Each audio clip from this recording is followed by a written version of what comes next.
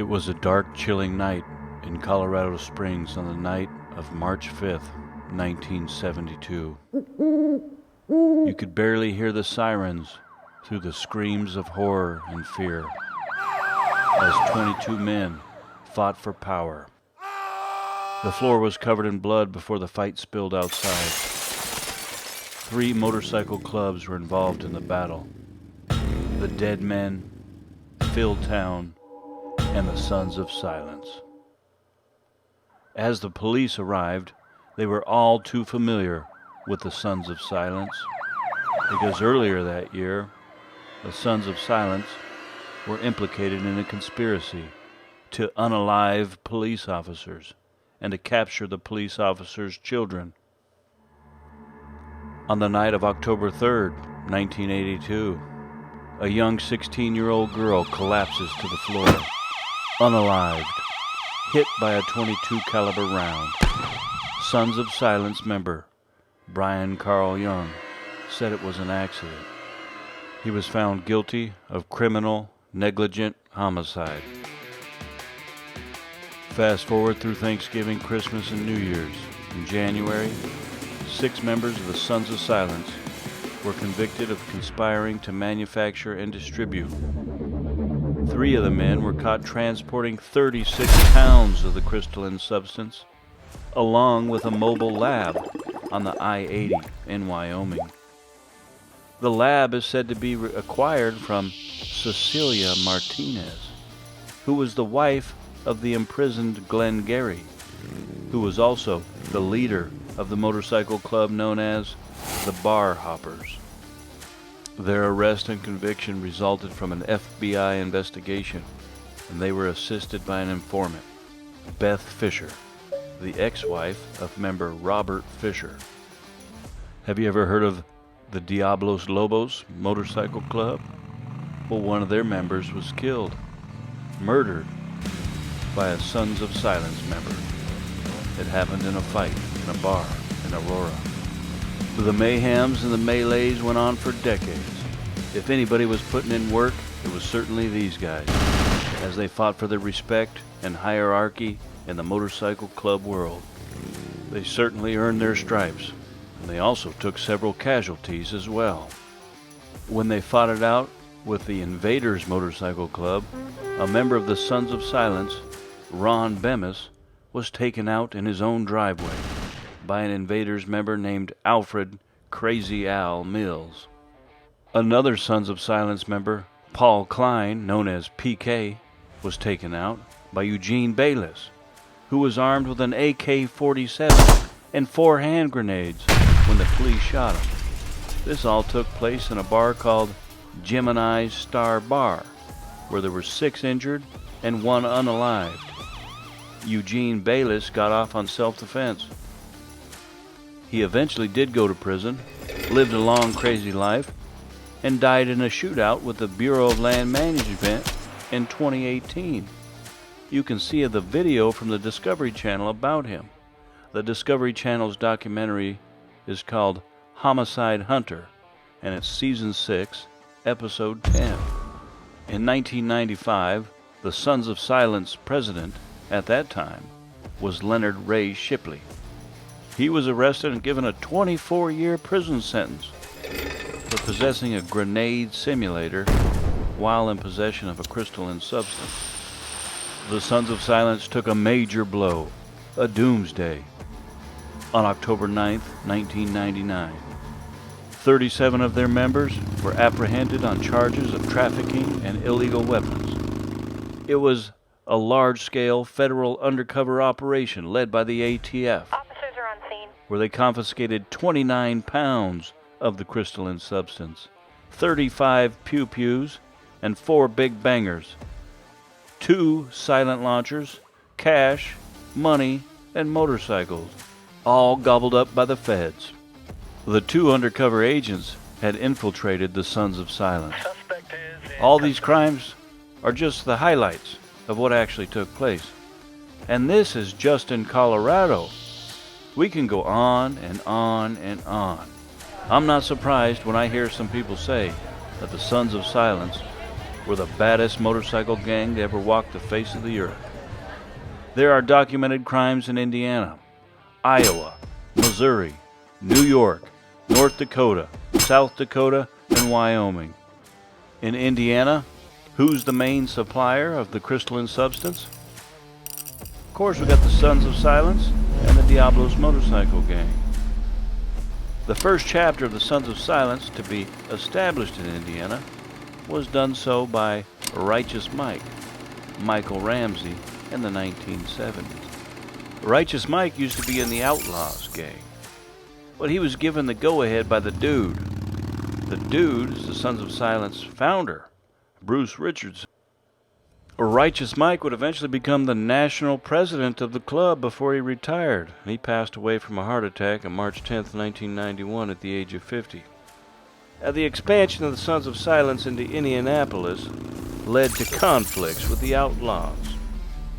Tensions escalated following the near-fatal stabbing of Outlaws member Dale "Dummy" Lark in July of 1978, sparking a violent feud in the late 1970s and the early 1980s that resulted in multiple murders, including the death of 2 girlfriends of the Sons of Silence.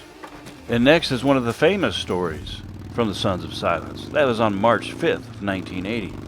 An attack on the Outlaws clubhouse on 1210 East Ohio Street by 2 gunmen wielding automatic rifles resulted in the death of the Outlaws' National Vice President, Thomas Walter Satan Reeves.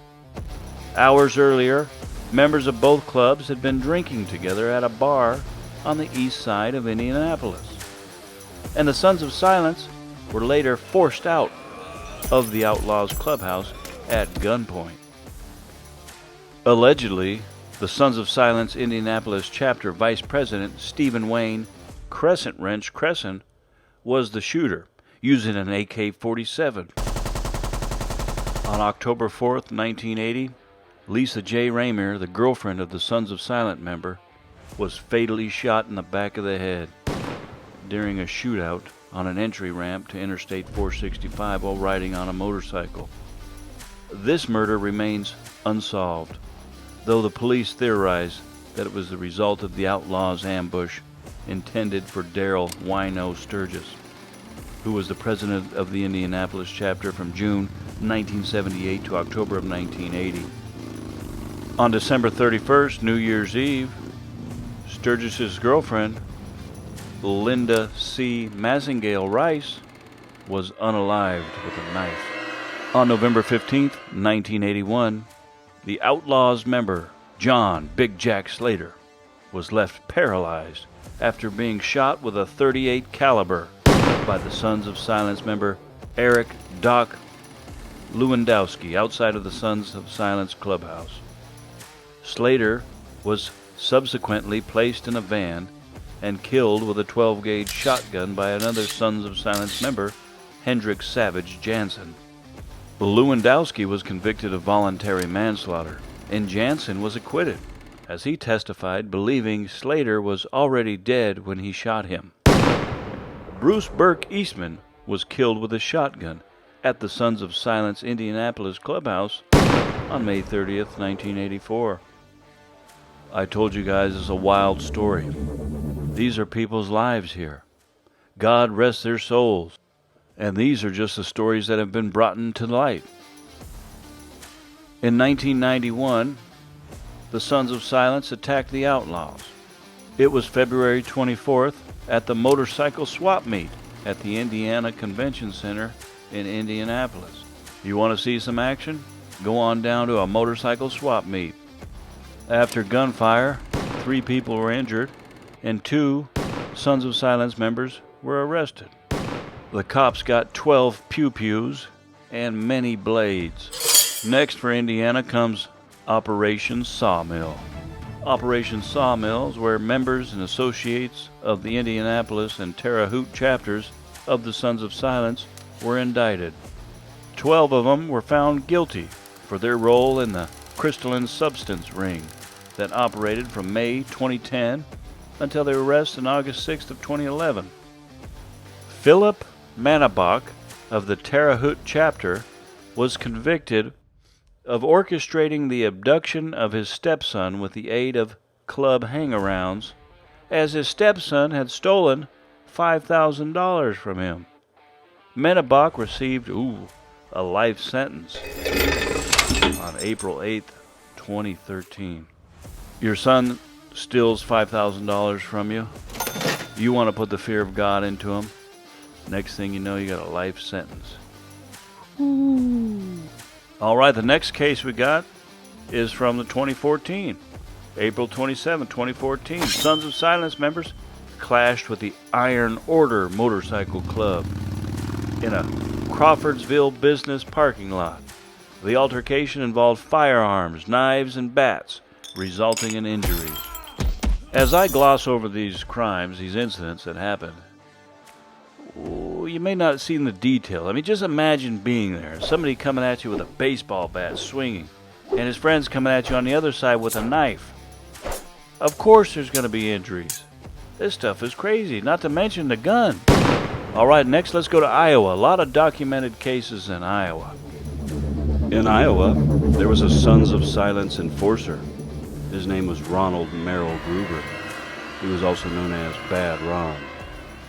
He was sentenced to 35 years in prison for rape and assault in Black Hawk County in October of 1977. Now, during his time in Iowa State Penitentiary, he and another inmate were sued by the guards that they had assaulted. After his release, Gruber was among several club members convicted of federal racketeering charges in 1994. He was charged with the 1984 shotgun murder of Penny Jean Sternquist Witzel in Boone while incarcerated at FCI Greenville in Illinois on August 1996. Now, in May of 1997, Gruber pled guilty to second-degree murder for her death and was sentenced to 55 years in prison. But he was paroled in 2012. Sons of Silence member Clark Joseph Cook was convicted in possession of a crystalline substance following a traffic stop by the Iowa State Patrol on September 5, 1993, in which he was found with a huge bag of the crystalline substance. In November 1994, 14 members, or former members, were indicted in Cedar Rapids on charge of racketeering, money laundering, conspiracy, and violence in aid of racketeering. 12 were quickly arrested. They pled guilty and were convicted. 2 others, Jeffrey Paul Gruber, also known as No Mind, and Robert McAllister, known as Bronk, remained fugitives until their capture in Washington State in July of 1996. David Fairchild, one of the 12 convicted in 95 and sentenced to 12 years, cooperated with the government and testified against Cedar Falls Waterloo chapter de facto leader and national vice president Gruber, who was sentenced to life in prison. It seems like these Sons of Silence not only had to battle the other motorcycle clubs, but they also had a long, extensive battle with law enforcement. And these Iowa boys were some bad boys. 6 individuals from the Sons of Silence were taken into custody by the ATF on April 4, 2001. They faced charges of distributing a whole host of crystalline substances and other substances, as well as firearms. Later, Peleo Cuervo, also known as Tattoo Joe, and William Furlong were arrested. Cuervo, Norman, and Schunauer, the national treasurer of the Sons of Silence, was found guilty of various drug and weapons charges linked to distribution conspiracy that spanned from 1978 all the way until 2001. Norman received a 29-year sentence. Cuervo got 22 years, and Schunauer was sentenced to 17 years. Justin Carlson from Sheffield, Iowa, who served as an enforcer for the Northern Iowa chapter of the Sons of Silence, was sentenced to 10 months in federal prison. This followed his guilty plea in 2021 to one count of being a felon in possession of a firearm. During his plea and sentencing, Carlson admitted that on April 5, 2020, he and other Sons of Silence members, along with affiliated group, confronted a motorcyclist who was an off-duty police officer. insisting that the officer needed their permission to wear a specific patch. During a search of Carlson's home in Sheffield, Iowa, officers discovered his Sons of Silence motorcycle vest with brass knuckles in the pocket, various pieces of club paraphernalia, and 2 pew-pews. Next, we move to Missouri. Some crazy things happened in Missouri as well. In 2014, Milton Charles Barbed Wire Wilson, president of the Kansas City chapter of the Sons of Silence, faced charges for transporting a minor across state lines for prostitution, in collaboration with Kayla Foxy Pinkerton. In December of 2013, Wilson transported Pinkerton and the victim to different spots in Missouri and Kansas. Both pled guilty on April 1, 2015. By September 2015, Wilson was sentenced to 10 years in prison, and Pinkerton received a 16-month sentence. Now let's move way up north to New York, see what happened there. This goes back to 1984. Bruce Richardson, known as the Dude, was the founder of the Sons of Silence. He was sentenced to 6 years in prison after admitting to hiring Robert Knitsky to arrange the May 1984 kidnapping of Dr. Michael Rourke from a Buffalo hotel. Rourke allegedly owed approximately $260,000 to Richardson's wife from a failed business deal, and the kidnapping was an effort to get some of that money back. Alongside Stranahan, 3 others, Michael Ratley, Robert Jordan, and Ariel Falcon, were also sentenced in connection with the kidnapping. All right, next we go back to the Midwest, North Dakota. What happened in North Dakota? The Sons of Silence have chapters established in Bismarck, Fargo, Grand Forks, and Minot. The club is involved in trafficking crystalline substances, and they work with smaller affiliated motorcycle gangs for the retail level distribution. The crystalline substance is produced in Mexico and brought into North Dakota mainly from the Sons of Silence chapters in other states, particularly in Colorado. The Sons of Silence are believed to have orchestrated the unaliving of Wilston rancher Jack Soule, who disappeared in April 2013. His remains were discovered in rural Williams County a month later. Ryan Lee Stensaker was found guilty of Soule's murder on December 17, 2014, and he received a life sentence.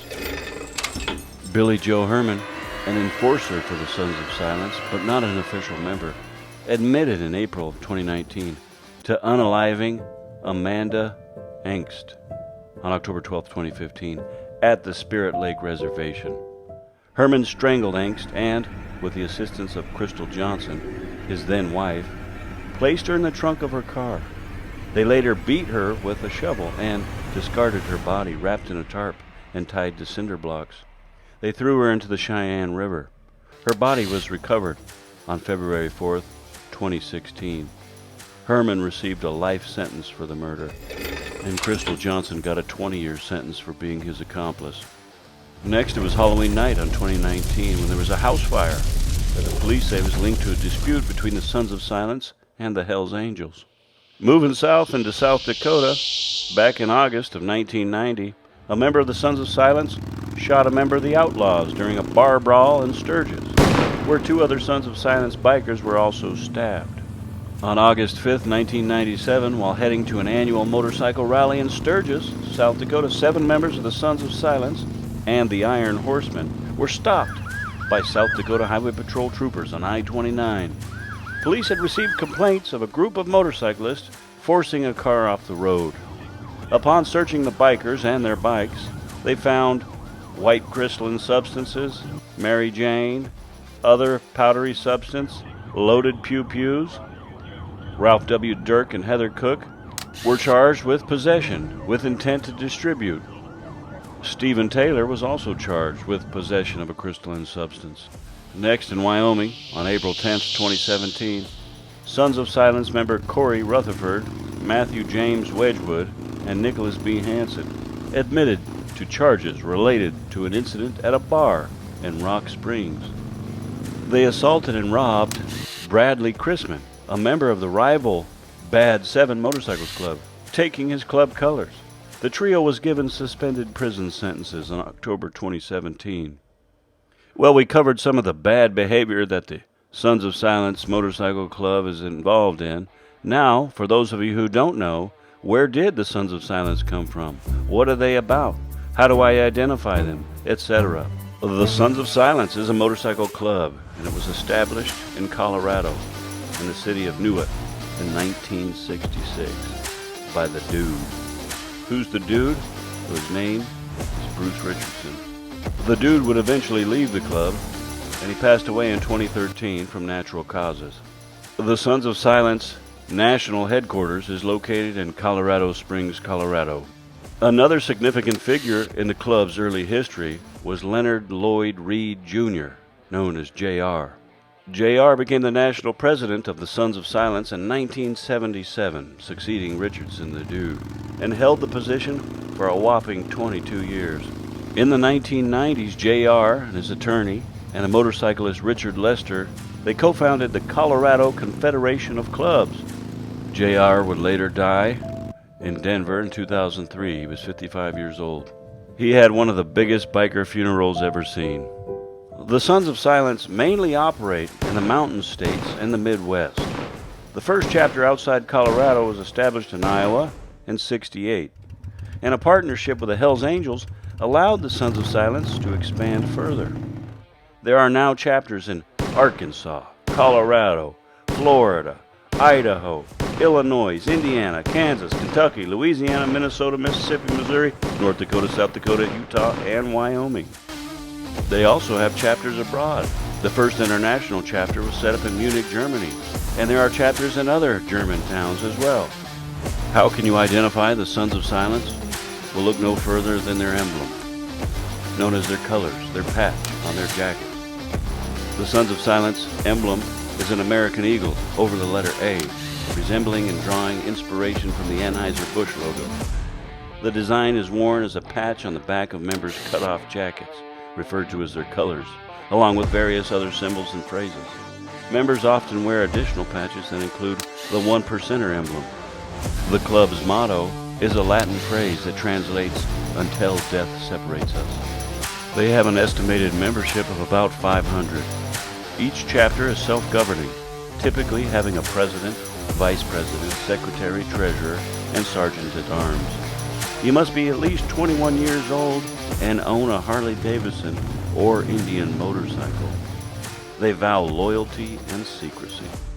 According to the DOJ, the Sons of Silence are classified as an outlaw motorcycle gang and having traditionally been considered part of the Big Five biker gangs, alongside the Banditos, the Hells Angels, the Outlaws, and the Pagans. However, I must mention that the size of the club has been surpassed by the motorcycle club known as the Mongols. The Sons of Silence are said to be allies with the Hells Angels and the Iron Horsemen. Their rivals, the Outlaws.